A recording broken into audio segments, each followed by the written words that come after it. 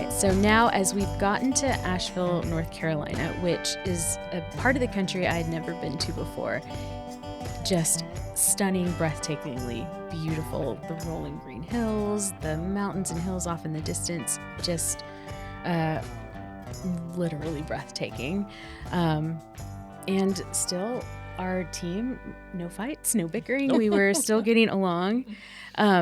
And so a special connection that I personally have to Asheville, where the mission trip team was heading, is that I met a friend kind of coming out of the pandemic. We met online. She lived in Asheville. We became really good friends through a group that we're a part of, but had never met in person, but kind of went through this hurricane that hit in Asheville in September of 2024, like through her eyes and through her experiences, and learned a lot about how the flooding and mudslides and infrastructure, impact that was in that part of the country was happening kind of in real time. She lost her business. Asheville is a place of lots of artisans. And many people lost their homes, not only businesses, but homes and, property and even livestock and animals. It was just devastating stories that we were hearing going into Asheville. But kind of on the way, I was getting excited that I was going to meet my friend in person, in real life. We met, got to Asheville, met at a Thai restaurant, I think. And it was like hugging a friend that I'd known my whole life. It was not like meeting a stranger. It was just spoke to the genuine, authentic connections that we can make in the online spaces, and just reaffirmed that those connections and relationships are so real. And just sharing dinner together and learning more about her and her family and what they've been going through. And they were able to share a lot of information that about the area, and kind of this some people were mildly impacted. Some people were, lost everything. And being several months out of the hurricane, we were like, well, where are you in the recovery process? And for some people, it felt like they were still at the beginning. And so learning that, houses were under 8 feet of mud and water, and people were waiting for bridges and roads to get rebuilt before they could even get to assess damage and even start, having equipment come to start the rebuilding process. But it gave us some more insight in what kind of disaster recovery looked like, and why a group from Richardson, Texas could be helpful in Asheville, North Carolina. Their community resources and support systems had been exhausted in the months since the hurricane.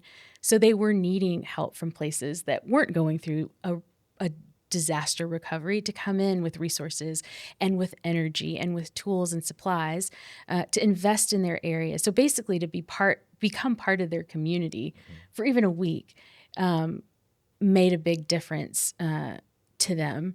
And so it was great to kind of learn that, and then to hear that help was needed at that time and help is still needed. And to kind of hear from Brandy and her community of artisans, and realizing that,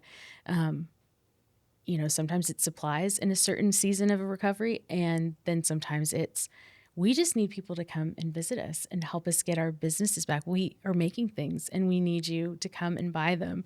And so part of our visit there is we were able to go down to the River District, where a lot of businesses were lost in that recovery effort there, and picked up a beautiful bowl from an artisan who was making clay and firing it, and added it to our set. And it's a very special piece, I think, for all of us, because we feel like it was our tiny little investment in saying, like, we would love to help. Here's our little thing that we can do to help. And so from meeting Brandy and kind of learning about what recovery looked like, then that next morning we met up with our mission team in Weaverville, who was working on a woman's house, and her name was Melanie. And so we kind of arrive on the scene of them already in progress, day 2 or 3 of working on Melanie's house. You want to tell us what it kind of looked like when we arrived?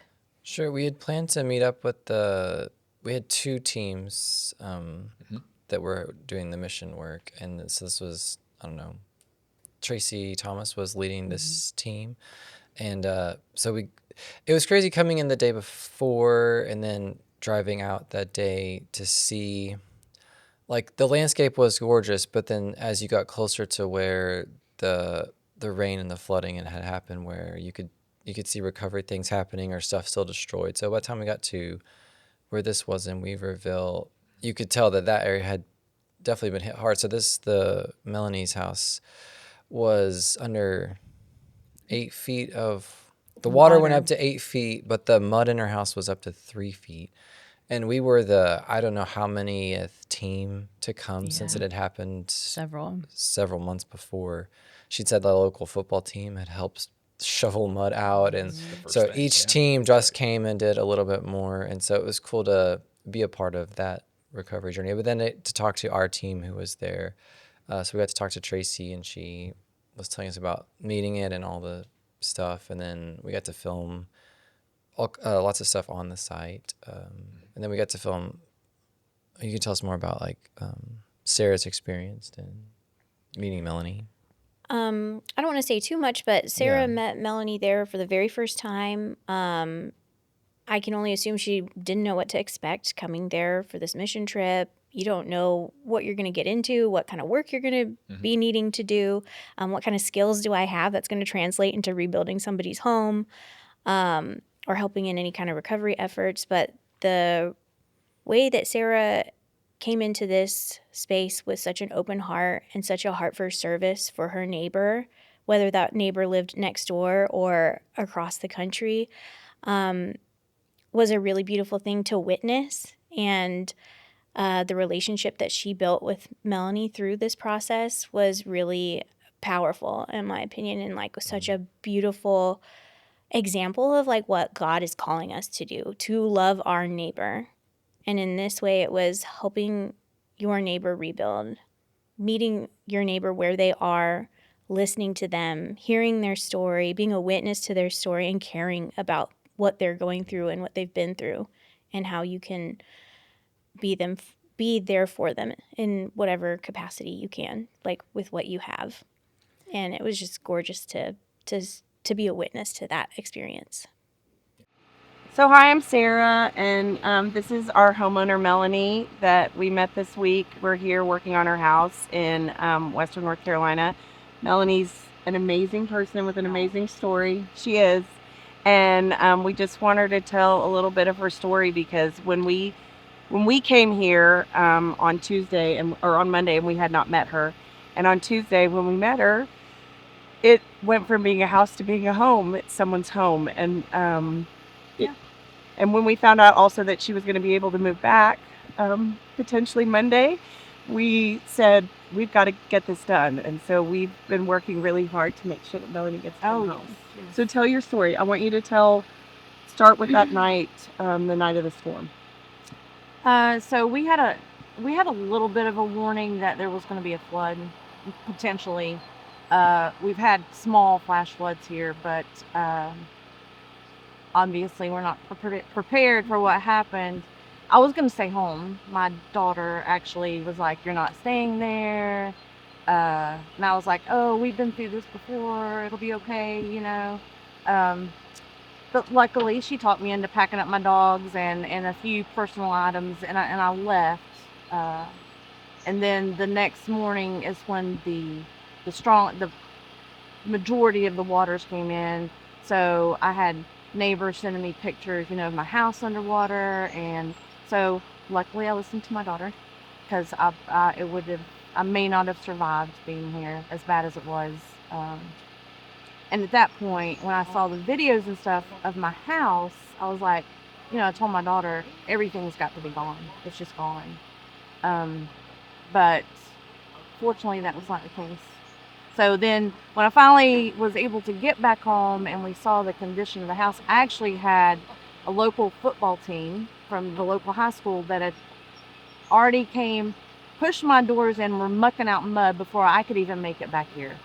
And from that point on, God just started working. And I say that because I didn't have any flood insurance. FEMA did not come through. I did not have the money to do this, but I knew somehow I was coming back home at some point. And God literally put everybody in my life that's supposed to be here. Everybody that's been here has made such an impact on me. And I have friends everywhere now, all over the world, all over the country. And it's just been, it's been a growth experience for me, not just in my restoration of humanity, seeing the community come together, but my faith in God. It has restored things so much for me. You know, just the kindness and the hard work that people have done for me and shared, you know, their love and their compassion, and it's been amazing. It really has.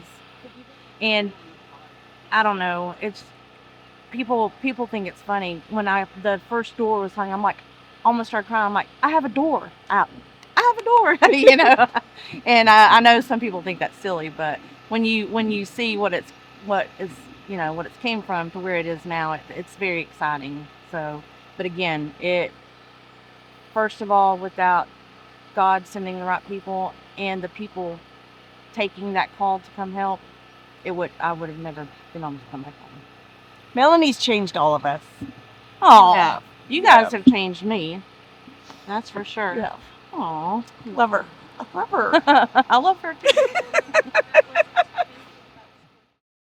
It was great. It was great to see Sarah's energy. That was infectious. It really was. And it was like right when we got there too. There was a light behind her eyes and everyone there really. But just, yeah, man. Yeah, it really touched her. And you could see that right away. It was cool to see. It was great to see that. Well, it was interesting to hear like Sarah's hesitation of like, I don't have any skills. I don't know how to fix a house. I don't know how to drive. I don't know how to do any of these things. And she was kind of on one side of the mission team spectrum. And then we had other people that some of our friends like Mike Proch, who's helped build things in this very set. And it kind of gave us this insight of like, well, you don't really have to have the skills. Like you just have to have the heart to want to do the work and want to help somebody else. Yeah, that's true. Yeah, you can have it. For those of you who don't know, Mike Proch, he's one of the ones who helped build this set that we're sitting in right now, and that wall. and other that wall and that wall and that wall and this floor and all of that. But to see him do stuff like this here locally, but then to actually see him, I want to say in his prime, and I mean he was like. And you could just see his energy too, even though he's done it before. And he's one of the big Habitat people. He's one of the big leaders for Habitat. But yeah, just seeing both of those, seeing Sarah, who's never done this before, and just super excited to be tape and bedding for the first time, to Mike, who's just, I mean, he's got everything under control. He's done it before, but you can tell that's just like, that's his environment. And it was really cool to see him, out in the wild, I guess I want to say, because we see him here all the time, but like seeing him actually doing that kind of work, that was really cool too. I'm really glad that we got to talk to him on site as well. So, yeah. Mm-hmm. And I think one of the things for me was being able to, again, walk into a situation and have a plan in my head of like, oh, we'd like to talk to our church members and our staff at the church and get their stories. But basically it felt like we barreled into this like transformative, moving, inspirational encounter where I wasn't ready to be in that space where like we're hearing these stories and we say that FUMCR is about service and serving others, and to be like, oh, this is exactly what we're talking about when we say that. This is what it feels like. This is the spirit with which we do that service, and to experience it and to be part of it, like just felt so energizing and inspiring and transformative in a way that I'm so glad I got to experience a little piece of that just filming it. And I know for our mission teams, their experience was transformative from what all we've heard. And kind of another piece of that, like community support and engagement that we see like in local areas that are experiencing, disaster recovery. My friend Brandy, I said she's an artisan. She does chair caning, and she hones her craft, and she also makes brooms. And we visited her studio, and she made this little broom that she gave us. We could fit it on a plane as like a reminder of our visit and of Brandy. But for the people in Asheville, she had chairs that she had made. And she told us like, oh, you're in Weaverville and you're visiting a mission site. Hey, ask the homeowner if they want any chairs. I have some that I've saved that if to help in their refurnishing their home, just let me know. And I heard from Brandy a week or two ago that she met Melanie. She went out there to Weaverville and dropped off some chairs, and like just these connections that are there in these places where that community loves each other, wants to support each other. They didn't know each other ahead of this, but absolute willingness to support each other in this shared time of rebuilding and redeveloping that they're all doing together. That was something that like really hit me, was hearing people's stories of like they were going through a disaster, like they lost stuff, like they were struggling, but they still somehow had a heart for their community, and whatever bit they had, whatever way they could, they still helped their neighbor because they were all in it together. It wasn't a like, I don't know. That just to me was incredible to witness, the love that people had for their neighbor in like a horrible situation. And it wasn't like a perfect situation where it's so easy to help my neighbor right now. I have all these unlimited resources or whatever. No, they were in the depths of disaster and they were still there for each other. And that was something that I don't know that I can accurately or aptly put into words, but that hit me in a way that I'll hold that with me forever. I think one of the things too, like as we're traveling together in the car and, we visited all these places all the way from Richardson getting to Asheville. And there were moments that, we're having a good time, we're talking, we're making plans, and we'd go through a stretch of road, down by the river. And it looks like nothing has been touched. The building that had flooded was in the same condition as it was the day that the flooding hit happened, it. Yeah. And just the powerful like reminder of like they're living in a season, in a time of like something that we are not actively experiencing, and just kind of that reminder of like we're all in the same country. We're all part of this broader, bigger community and connectedness that reminded me to just be thoughtful and have a heart for what people are experiencing that may not be in my geographic location at this moment. Yeah. The second team we had was it was a separate town that they were in, not Weaverville. What was the other town? I remember, was it Black Mountain or somewhere? They were all kind of clustered together. It was interesting driving to that site, coming from the Weaverville one, where she's kind of on the outskirts of town or something, and there was a lot of flooding there. When you went into town, driving to the house they're working on, you're like, I didn't see any damage particularly at all. And then we weren't with Brandy at the time. No, I thought she'd said that parts of town had recovered faster than others. But when we got to that work site, it was like at the street level, nothing looked wrong. But in the back, it was like two giant trees had fallen and crushed. Yeah. It was his garage. It wasn't his main house. It was his garage or something, but destroyed it. Anyway, but it was cool talking to him and hearing, his version of what all that we are talking about. Yeah, it was like he was in the same disaster, but experienced it differently. His experience, completely different. Yeah, 'cause it didn't flood there, I don't think. It was just really high wind events. But I think that, and so, that was one of our other teams that was there, and they were helping him out because he was, if I recall this correctly, he was too busy helping out some of the other people around his community, and he hadn't like gone to his roof yet. Like he was, he just hadn't gone to it yet. And so I think it was kind of cool to see that like we're helping him because he was helping his community out a lot. And so there was roof repair going on there. And so we saw Sarah there, and we saw Steve Healy again, another one of the Habitat. Also helped build. Yes. Also, the walls. Yep. Part of our same same Golden Crew who does a helps lot out. here on campus. But again, same thing. Really cool to see them, sort of in their environment, helping people out. That was really cool. And again, different situation, but still in need of help. But yeah, just being able to see that spectrum of, like you said before, people who just didn't have a roof, people who didn't have an entire home, people who didn't have a business. Yeah. But yeah, it's not just one thing. It's a lot of different things that we saw needs for. And I think a reflection I had is I've been part of this church for many years, and we talk about service and serving others. We do it here locally at Network, go out into our own community, and then we do mission trips. Sometimes it's other parts of the country, sometimes it's out of the country. But to be there kind of on the ground and to see it happen was a completely different experience. To understand when, there's a special offering being collected to benefit a mission trip or people going on mission. And then to see exactly how that helps, that was translated into supplies for this roof and wood and nails. And then in Melanie's home that we first visited, it translated into a beautiful backsplash that went into her kitchen to make her house feel more like a home for her. That was like a loving touch that maybe wasn't like a necessity. Like she didn't need that backsplash to move into her house, but it was a way to just acknowledge and recognize her humanity and dignity in that situation. And so I feel like, to me now, to donate or to, if I can't go on a mission trip, contributing funding for a mission trip feels like, oh, this is a way to love somebody that maybe I don't know and I will never know.